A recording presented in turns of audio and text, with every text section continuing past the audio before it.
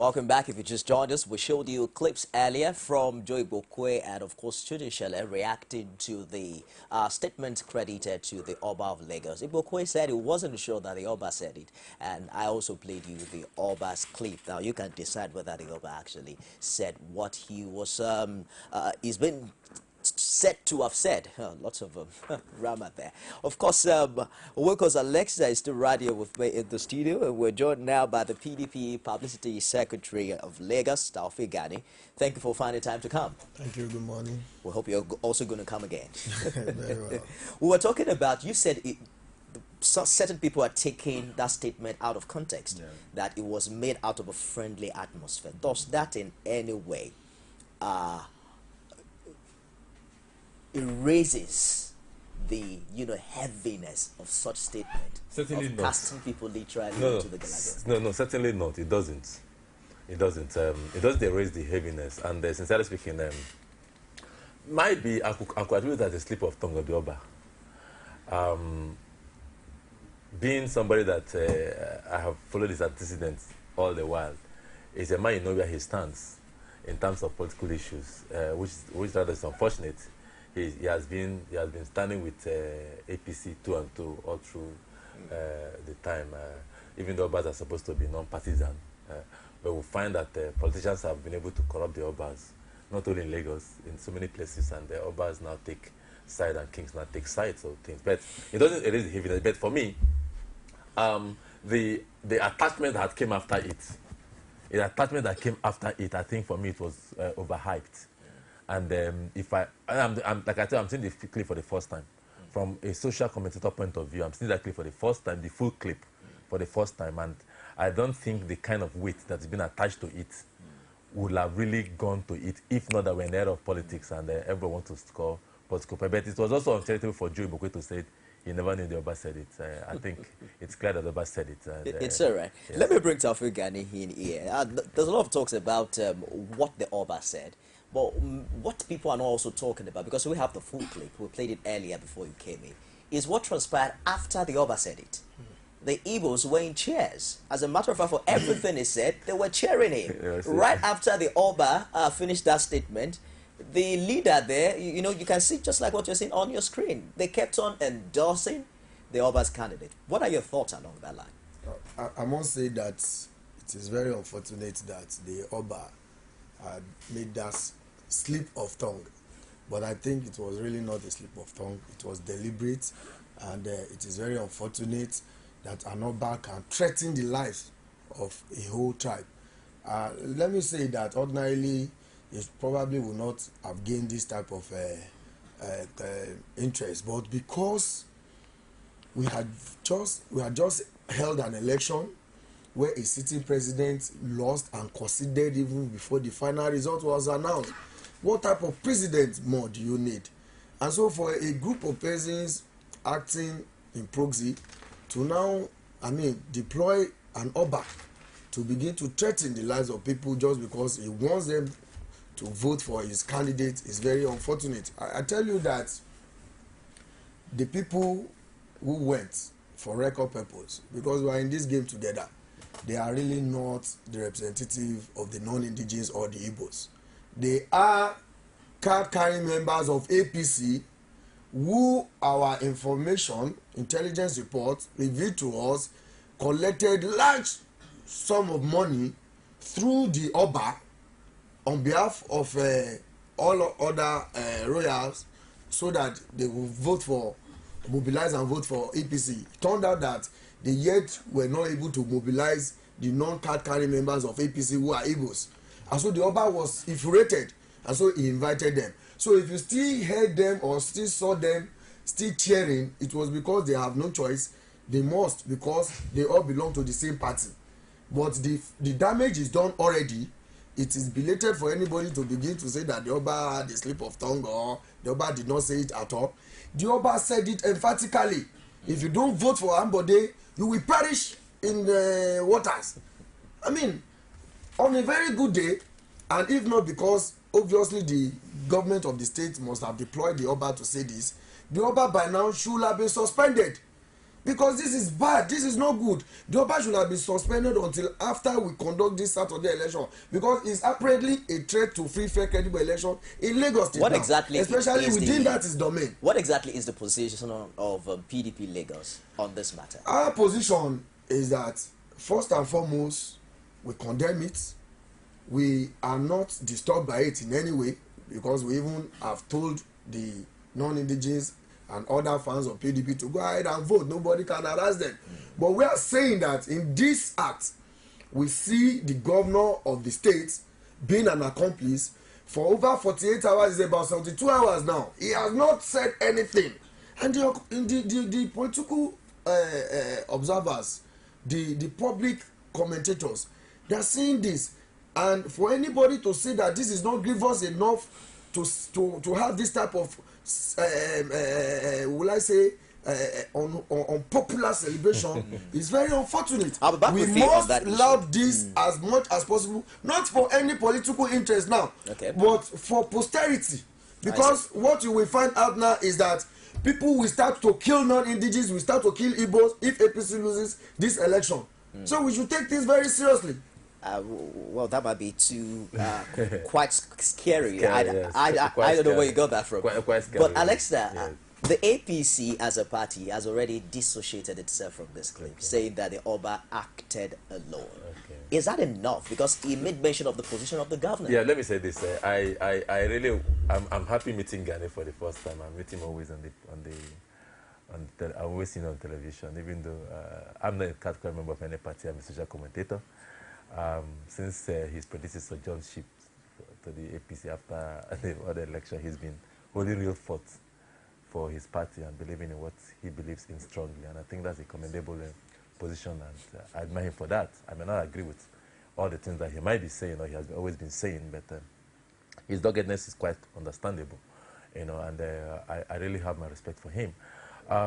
The fact remains, really, look, we're all Nigerians, and for this purpose, I'm a Lagosian. I paid my tax in Lagos, and I've lived in Lagos for the past, I've lived my work in Lagos. In fact, I used to tell people, I said, my tax every year in Lagos is over 1.3 million.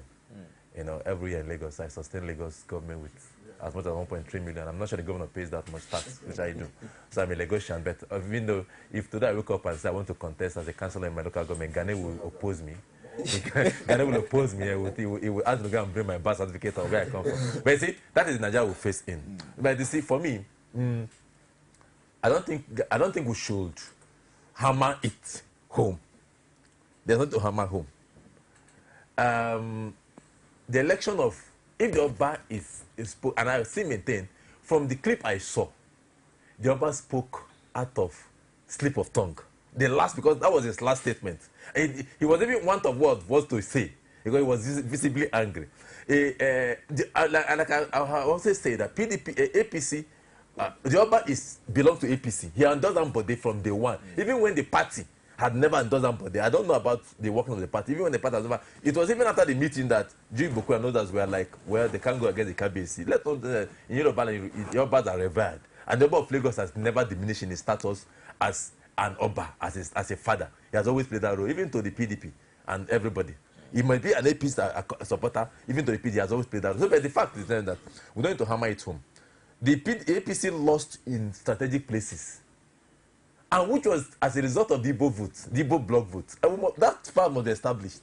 The Igbo has been sympathetic to APC, to PDP, and that's why you see that APC did so poorly, either rightly or wrongly, in all the southeastern states. Are you telling me that there are no Yorubas and Hausas in Enugu to have given PDP, APC enough votes, or in Anambra? But we know what happened in all these years, and that is what happened in Lagos. Okay, a party might benefit from it today. Then the next time a party might go out of it. So if the Oba is telling the Igbos, look, and as GANI is saying, if it is true that they collected money, which I don't know, if they collected money and you didn't deliver, the man has the right to be angry. If actually you want to collect money from somebody and you did not deliver, the man has the right to be angry because you didn't deliver. And so, but I don't think that will in any way affect seriously. The dent has been done, but that will not in any way affect seriously the result of. Because of time, let's move ahead of the Oba Elitu and look at the pattern with which Lagosians will vote on Saturday. The bottom line, GANI, is that your party lost at the presidential level, even in Lagos. The APC won with about 100,000 votes. There are also reports that your candidate at the time had said that it's about time Lagos aligns itself with the center, hoping at that time that President Goodluck Jonathan was going to win. It looks as if the APC now has that statement in hand, and at the forefront of their campaign strategy now is that for the first time, Lagos has the opportunity to be in alignment with the government at the center. What are your thoughts along that line? No, basically, I mean, I will speak as a member of PDP. I will always want to protect PDP. If PDP were to be at the center, I would say we want to be at the center and align. We are not at the center, and especially if you look at the antecedent. No, you are still at the center right now. No, well, till May 29 anyway. And now they have the opportunity to be at the center. We cannot join them because if you look at the antecedent, you will know that you are not going to gain anything from them. And historically, Lagos State has been faring well, even as opposition state, all since the First Republic. And then if you look look at what we have in the state's arrangement, where you have the state and the local government, even the few wars that we won, that they eventually conceded out of the many wars that we won, they are victimizing. They victimized our councillors throughout the 3 years. You understand the SAP? So it shows that their own peculiarity. They are pseudo-democrats, they are not progressives, they are working together, you understand? And so you cannot expect anything from them. So we will not support a situation where Lagosians will be cajoled into saying that they must vote for them. But then if you also look at how the arrangement, how the voting might eventually turn out, you see, apart from the dehumanization, the extortionist tendencies of the APC to the non-indigenous, especially the Igbo extraction, you will see that it is also deliberate. We had plans. Maybe they had their own plans long time ago on how to win win Abuja, the national government.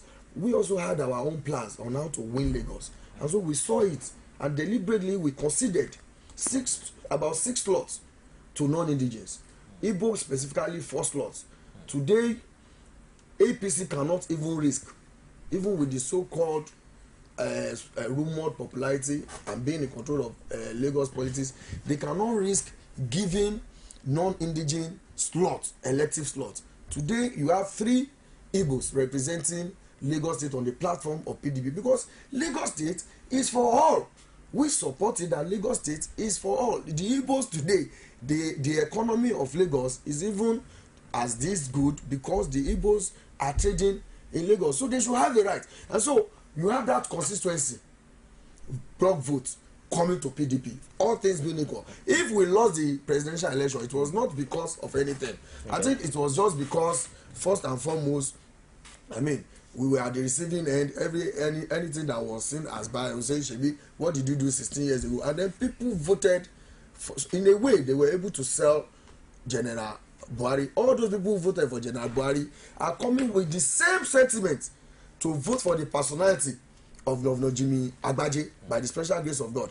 Now, they are not ready for this election because as much as they manipulated the process and has time to be challenged or corrected, as much as they manipulated the process, they still won with how many number of votes? To us, as a matter of fact, if I want to be analogous, let me just use this football thing.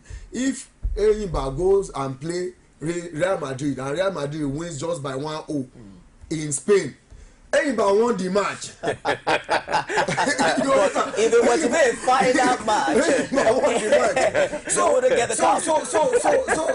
you see, APC, as I talk to you, is G3, and that is why you are hearing all this. Let me just quickly open the phone line. If we can get about 2 or 3 calls. I'm not even. I like Gani. He's very. I think he's a lawyer. I think he's a lawyer. Yes, I like Gani very much. In fact, since Dr. Wale jumped ship, I think Gani has been doing very good job. I commend him for that. For him not to have jumped ship, he's a man of no, we might have to wait and see how it goes. Because Gani will not judge. Even if they lose, you cannot totally. No, they will lose. It's not likely. They will lose. Even him, he's not sure. He said it's not likely. They will lose. Gani will not jump ship. I can tell you that. But see, the truth of the matter is this. Let us be factual. Okay. Now, I'm happy that Ghana is considering the fact that Lagos has worked in the last 16 years, being in opposition. And that is the thing that Lagosians are holding. Some of us who are Lagosians by association, that's what we are holding on to. We don't have cards of any party, but we're holding on to that fact that Lagos has worked. And in most APC states, we can see some flashes of work, which was what worked against the president. Jonathan came in with a lot of for goodwill. a minute. You know, for the want of time, let me just take one or two calls. Hello, good morning. Yeah, this is Emeka calling from Animation. I didn't get your name. Emeka calling from Animation. Okay, you have just 30 seconds. Go ahead with the contribution. All right. I just want to comment on what is happening and what's going to clear the nigger. I'm an Igbo man. I just want to tell the PDP guy over there, fine, I respect his view. Is it, we the Igbo, fine, forget what the Oba said. Oba is an Oba to even both the PDP and the APC. Fine, yeah, good. But we won't say, but what I am noticing is that PDP want to capitalize on what the Oba said, maybe to swear our vote. We are still standing by our candidates. We know who to vote for. We know who. I'm afraid we lost that. Please go ahead. No. That answer is not. No, gotta leave the mind. If it's an info, but it's my very good friend. Please, before you go ahead, I think I also need to correct. I didn't say here that Lagos has worked or performed well. I said Lagos has remained opposition for years, and if at all, which is our own fear, the PDP President Goodluck Jonathan gave Lagos as opposition party opportunities to still fester well. You remember that even when, as a party, the chapter Lagos PDP criticized the Lagos state government on the Eco Atlantic project, President Goodluck Jonathan actually came and gave something that we could call a blanket adoption. You understand? Support for the project. So many like that. The airports here, the seaports. No, it's because the project is Lagos good. living fat on federal government projects. The project So I'm not. is good. No, please. Because I don't want you to misquote me. No. I'm saying But that you see, Lagos can as well continue to be in the opposition and Gentlemen, still live well. we have a lady but even online. Jimmy Agbaje admitted Let's just that quickly Lagos take did this well. one. Yeah, Yeah, Amaka, please, Amaka, very shortly, 30 seconds. Go ahead with the contribution. Good morning. Please, I want to talk to the. Are you hearing me? Yes, clearly. Go ahead, please. Okay. My name is Amaka. I'm calling from Ikorodu. I want to talk to the secretary of the public secretary of the PDP. Okay. I'm Igbo man. But the way they are taking this issue is so unfortunate. Like last local government chairman we have left in Lagos State. ACSN is a non-indigenous. It's from Cotonou of the Republic. That is what the PDP used in that campaign of local government chairman in Mishoni local government. To win, they are saying that the man is going to go bring somebody that is not an indigenous to come and be using what belongs to them that is indigenous. I'm putting that to Mr. Police Secretary now. I don't recall his name. But now the same your PDP party now give an Igbo person. It's all right. Because of time, I'm just going to give you like one minute to make a submission. The APC national leader, Tinubu, came out recently to say he's actually the first governor to have given the Igbo some space in governance in Lagos. Do you think this Igbo controversy will work for or against your party comes out? Obviously, it will work for the PDP, not for any sentiment, but the reality of thorough politicking, where we have given to the Igbos and other non-indigenous elective slots. They are representing Lagos State at the Federal House of Reps, and they will be representing Lagos State at the House of Assembly in the state by the time they are voted for come 11th. It's all right. Well, for me, if you are giving the Igbo, they didn't give the Jaws, because I'm from the Jaws stock. Because I hold that. Yeah, there are other tribes that you didn't give the Hausa, so I think it's also politicking part of, and like that woman said, for me, really, the issue should go beyond giving Igbo or not giving Igbo. It should be the best and the brightest. The best and the brightest should rule. Should have the slots. I mean, so that everybody should have the best hands doing the job, not just because it's an Igbo or because Thank you very much, gentlemen, for coming today. TAOFIK GANI is the Publicity Secretary of PDP in Lagos. Well, there are a few more days to gubernatorial elections. Our space is open for you. You can come again before Friday, I believe, because by Friday there won't be time for campaigning. So we are opening the floor for you now. At least it's the best we can do here on COT TV. So we hope that you find time to join us subsequently. Alexa WILCOX, thank you very much for finding time to anytime, my brother. Whichever way it goes this Saturday. I'm happy that I met GANI today. Okay. Whichever way it goes this Saturday, history will be made. Okay. If APC wins, of course, it will be the first time that Lagos would have a government that is in line, of course, with the ruling party at the center. Yeah. If PDP wins, it will be the first time that the opposition, the PDP this time, will be winning Lagos in 16 years. So let's see how it goes. I am Nifemi Oguntoye. Stick around for the top of the hour news. Don't go away. You can now watch COT TV News live from anywhere in the world on our website, www.cotvnews.com. Click on Live TV on our website and watch us live. And welcome to COT TV Primetime Days. To follow us on Twitter, click on Twitter icon on our website.